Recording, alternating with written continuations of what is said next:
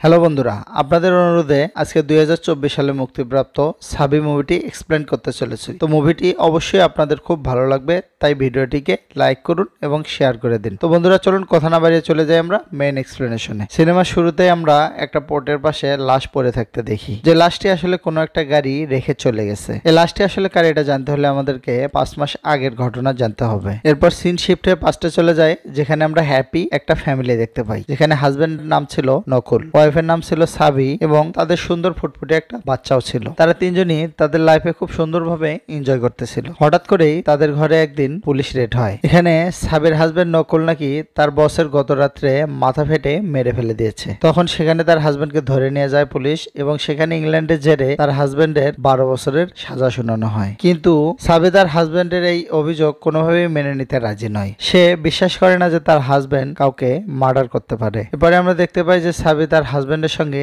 জেলে দেখা করতে যায়। সেখানে তার হাজবেন্ডের কাছে সে সত্যি ঘটনাটা জানতে চায়। তখন নকুল তাকে গত রাতের কাহিনী খুলে বলা শুরু করে। সে বলে গত রাতে যখন সে কাজ শেষ করে বাসার উদ্দেশ্যে রওনা হয়েছে, তখন তার সাথে একজনের ধাক্কা খেয়েছিল এবং তখন সেখানে তার কোটের একটা বাটন খুলে পড়ে গিয়েছিল। এরপর সেখান থেকে সে তার গাড়ি নিয়ে সোজা বাসায় চলে আসছে। কিন্তু ঠিক সেই সময় সেখানে তার একজন বন্ধু যে তার সঙ্গে কাজ করে, তাকে সেখানে রাত্রেবেলায় দেখে নিয়েছিল। আসলে সে খুনটা করে নাই, সে নিরপরাধ। তো সাবি তার স্বামীর সব কথা বিশ্বাস করে নেয়। কিন্তু এখানে সাবির হাজবেন্ডের যে বন্ধুটা তাকে সেদিন রাত্রে সেখানে দেখে নিয়েছিল, তার সেই সাক্ষীর উপরে নির্ভর করেই আসলে সাবির হাজবেন্ডের 12 বছরের জেল হয়েছে। এরপরে সাবি একজন লয়ার ঠিক করে এবং তার সঙ্গে কথা বলে, কিন্তু সে লয়ার তার হাজবেন্ডকে কোনোভাবেই নিরপরাধ প্রমাণ করতে পারে না, যার ফলে সাবি অনেকটা অসহায় ফিল করে, সে কান্নায় ভেঙে পড়ে। এদিকে আবার সাবির হাজবেন্ডের সঙ্গে জেলখানার মধ্যে কিছু লোক তার উপরে অনেক অ্যাটাক করে এবং তাকে বেশ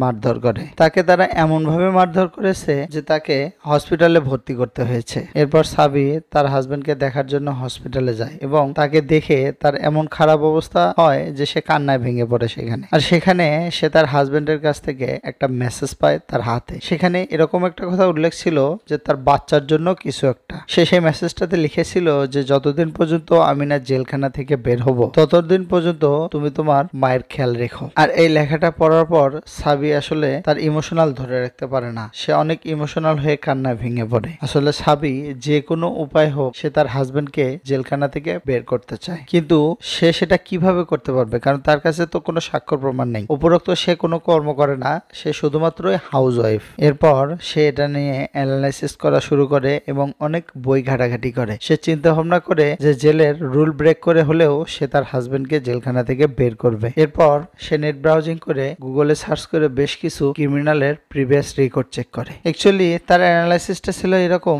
যে সে জেলখানা থেকে পালানো আসামিদের উপরে একটা রিসার্চ করে। সে দেখে যে প্রিভিয়াস রেকর্ডে বড় বড় ক্রিমিনালরা কিভাবে জেল থেকে পালিয়েছে এবং ঠিক সেরকমই টেকনিকগুলা সে কালেক্ট করে। কিন্তু সে যতটুকুই জ্ঞান অর্জন করেছে এটার উপরে, এটা তার স্বামীকে জেলখানা থেকে বের করার জন্য খুবই কম। সে এখনো জানে না যে জেল থেকে তার হাজবেন্ডকে কিভাবে বের করতে পারবে। এরপর হঠাৎ করে সে একদিন একটা বই পায়, যেটা আসলে পল নামের একজন ব্যক্তির ছিল। অ্যাকচুয়ালি এই পল সে তার নিজের জীবনের লাইফের উপরেই একটা বই লিখেছে। যখন সে এই বইটা পড়া শুরু করে তখন আমরা সেই ক্যারেক্টারটা দেখতে পাই। তার মানে এখানে অভিষেক হয় পলের ক্যারেক্টারের, আর এখানে আমরা পলের ক্যারেক্টারে অনিল কাপুরকে দেখতে পাই। পল যখন জেলখানাতে ছিল তখন সে সব সময় চিন্তা করত যে সে কিভাবে এই জেলখানা থেকে পালাতে পারবে, কারণ সে আসলে রিয়েল ওয়েতে মুক্তি হতে পারবে না। সেই জন্য সে যে কোনো উপায়ে মুক্তি হতে চায়। এরপর সে জেলখানাতে সর্বপ্রথম জেলখানার সবকিছু ঘুরে ফিরে দেখতে শুরু করে।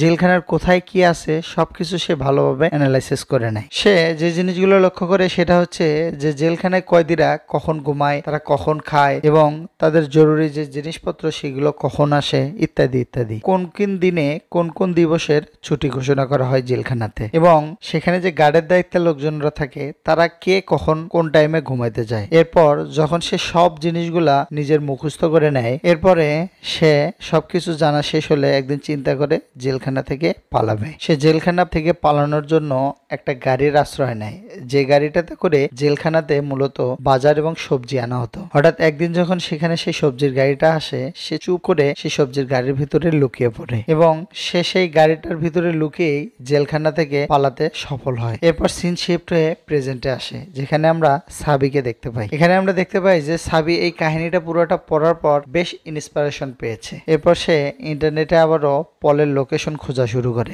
এরপর সে পলের লোকেশন বের করে পরের দিন সকালবেলা পলের বাড়িতে চলে যায়। কিন্তু পলের বাড়িতে অনেকবার কলিং বেল দেওয়ার পরেও পল কোনোভাবেই তার দরজা খোলে না। কিন্তু সে বাধ্য হয়ে জোর করেই পলের বাড়ির ভিতর ঢুকে পড়ে এবং পলও ভিতর থেকে তাকে তার বাড়ির ভিতরে আসতে দেখে। এজন্য সে বাধ্য হয়ে সাবিকে ভয় দেখানোর জন্য তার কুত্তাটাকে ছেড়ে দেয়। কিন্তু সাবি সেই কুকুরটাকে ডেকে তার নিজের বশে এনে নেয়, যার ফলে তাকে আর ঘরের বাইরে যেতে হয় না। কিন্তু সে এই কুকুরটাকে ধরেই সারা রাত সেই বাড়ির বাইরে বসে থাকে এবং পলও সবকিছু খুব ভালোভাবে নোটিস করতেছিল বাড়ির ভিতরে থেকে। এর পরের দিন সকালবেলা পল বাড়ির বাইরে গিয়ে সাবিকে তুলে তার ঘরের ভিতর নিয়ে আসে। এরপর সে তাকে জিজ্ঞেস করে যে তুমি আসলে কি চাও। এরপর সেখানে আমরা দেখতে পাই যে পল তার লাইফের সমস্ত স্টোরি সাবিকে খুলে বলতে শুরু করে দেয়, যেটা আমরা মূলত তার বইয়ের ভিতরে পড়েছিলাম। কিন্তু সাবি তো এখানে তার কাছে আসলে এই কাহিনী শুনতে আসেনি। সে আসলে তার কাছে এসেছে এমন একটা ইনফরমেশন নিতে যেটা আসলে সেই বইয়ের ভিতরে ছিল না। এজন্য পল তার কথায়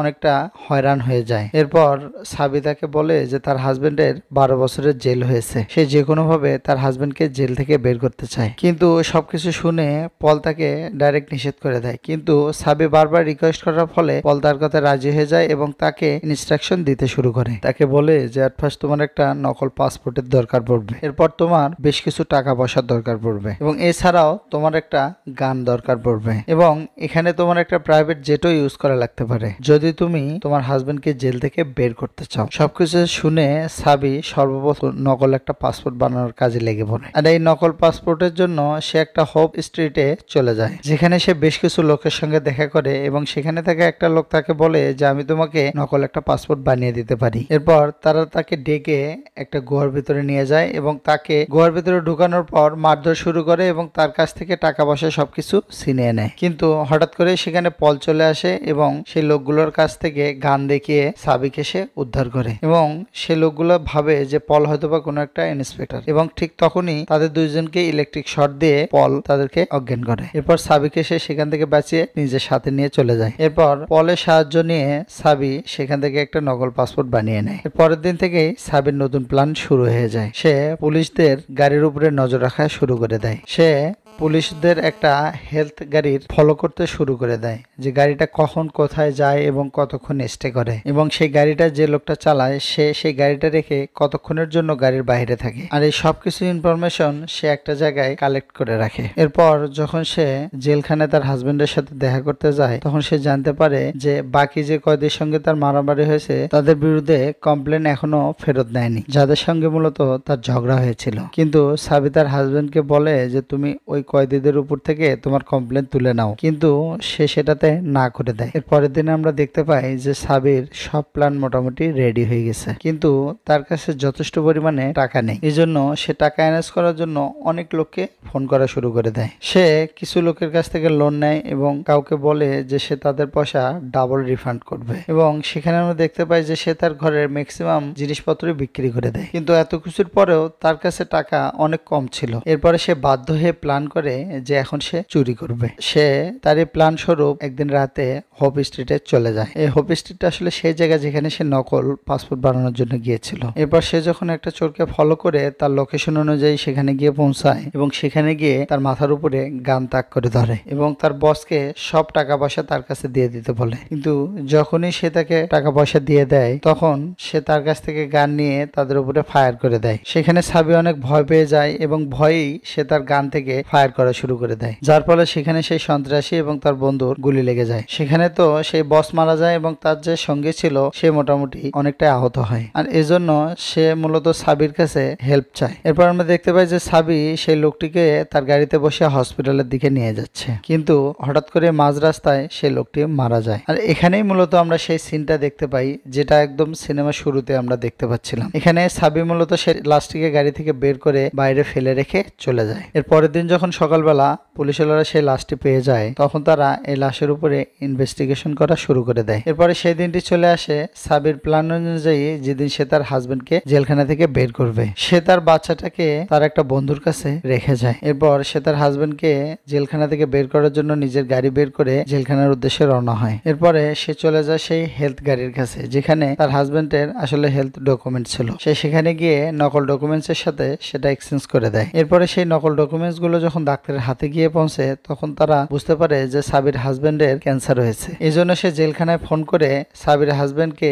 জেলখানা থেকে তার হসপিটালে এডমিট করতে বলে। আর এখানে আমরা জানতে পারি যে পুলিশওয়ালা অলরেডি জেনে গিয়েছে যে গত রাতে যে মার্ডারটা করা হয়েছে সেটা আসলে সাবি করেছে। এরপর পুলিশ আসলে বুঝতে পারে যে সাবি খুন করেছে, এজন্য পুলিশ তাকে খোঁজা শুরু করে দেয়। কিন্তু সাবিও ঠিক সেই মুহূর্তে হসপিটালে পৌঁছে যায়। আর সেখানে যখন সে তার হাজবেন্ডের কাছে পৌঁছায় তখন সেখানে পুলিশ ছিল এবং পুলিশের মাথায় গান তাক করে সে তার হাজবেন্ডকে নিয়ে পালিয়ে যায়। কিন্তু বন্ধুরা, এখানে এই বিষয়টা এত সহজ ছিল না, কিন্তু পুলিশ তো অলরেডি সাবির পিছু নিয়ে নিয়েছে। এরপরে আমরা জানতে পারি যে পুরো শহর সিলগালা করা হয়েছে যাতে সাবি এবং তার হাজবেন্ড শহর থেকে কোনো উপায়ে বের হতে না পারে। এরপরে সাবি তার হাজবেন্ডকে নিয়ে সোজা তার সেই বন্ধুর কাছে যায় যে বন্ধুর কাছে সে তার ছেলেকে রেখে এসেছিল। কিন্তু তার বন্ধুটি আসলে তার ছেলেকে নিয়ে চিড়িয়াখানায় গেছিল। অ্যাকচুয়ালি সাবি তো পুরা বাজেভাবে ফেসে গিয়েছে, কারণ পুরো শহর তো অলরেডি সিলগালা হয়ে গেছে তাদের জন্য। যদি সে সময় মতো শহর থেকে বেরোতে না পারে তাহলে সে পুরো ধরা খেয়ে যাবে। এই জন্য কোনো উপায় না পেয়ে সে তার বাচ্চাকে স্যাক্রিফাইস করার সিদ্ধান্ত নেয়। এরপর সে বাধ্য হয়ে তার সন্তানকে রেখে তার হাজবেন্ডকে সাথে নিয়ে শহর থেকে বের হয়ে যায়। কিন্তু হঠাৎ করে মাঝ রাস্তায় তার একটা আইসক্রিম গাড়ি দেখা হয়। আর এই আইসক্রিমের গাড়ির ভিতরে আর কেউ না, সেটা ছিল পল, অনিল কাপুর। সে মূলত তার বাচ্চাকে সাথে নিয়ে তার কাছে পৌঁছে দেওয়ার জন্য এসেছে। এরপর সাবি তার হাজবেন্ড এবং বাচ্চাকে নিয়ে দেশ থেকে বের হওয়ার জন্য সোজা এয়ারপোর্টে চলে যায়। এদিকে আবার পুরা শহরে পুলিশ তো কোথাও আসলে সাবিকে খুঁজে পাচ্ছে না, এই জন্য তাকে ধরার জন্য তার ঘরে চলে যায় পুলিশ।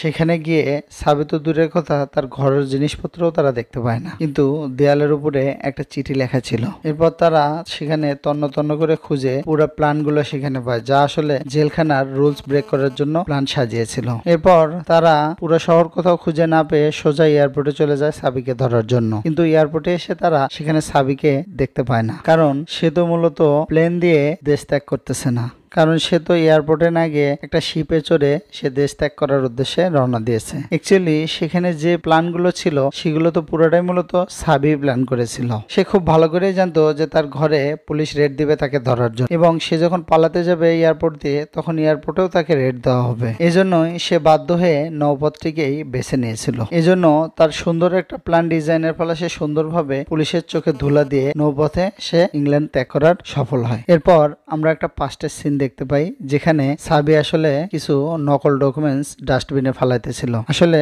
সে তার আসল ডকুমেন্টস গুলো অন্য আর একটা ডাস্টবিনে রেখে এসেছিল। এরপর পুলিশ আসলে ভালোভাবে বুঝতে পারে যে তাদেরকে ধরা আসলে অনেক মুশকিল। এরপর আমরা নকুলের পুরো ফ্যামিলিটাই দেখতে পাই যে তারা তিনজনই মুক্ত হয়ে গিয়েছে এবং তারা অনেক হাসি উল্লাসে মত্ত হয়েছে। তারা এখন অনেক হ্যাপি যে তারা ফাইনালি মুক্তি হয়েছে। এরপর কয়েক মাস পর আমরা পুলিশকে দেখতে পাই, যেটা আসলে সেই অ্যাক্সিডেন্টের জায়গাটা ছিল। সেখানে পুলিশ একটা জায়গা দেখতে পায় যেখানে একটা গর্তের মতো ছিল। সেখানে তারা পানি ফেলে এবং পানিটা একটা গর্তের ভিতরে যাচ্ছিল। তারা সেই গর্তে যখন দেখে তখন সেখানে একটা বাটন পায় তারা। তখন তারা বুঝতে পারে যে সাবি আসলেই সত্যি কথা বলেছিল, যে নকুল আসলে কোনো খুন করেনি। এরপরে নকুল তার বর্তমান ঠিকানাটা তার বাবাকে পোস্ট করে জানিয়ে দেয় এবং তার বাবা জানতে পারে যে তারা তিনজন এখন একটা সুন্দর এবং ভালো জায়গায় খুব সেফলি আছে। এবং সেই সাথে সে সাবির অনেক প্রশংসা করে যে ফাইনালি সে নকুলকে জেলখানা থেকে মুক্ত করতে পেরেছে। তো এখানেই এই মুভিটির কাহিনী এন্ড হয়ে যায়। তো বন্ধুরা, এক্সপ্লেনেশনটি কেমন লাগলো? আবারও দেখা হবে পরবর্তী এক্সপ্লেনেশনে। চ্যানেলটি সাবস্ক্রাইব না করে থাকলে এখনই সাবস্ক্রাইব করে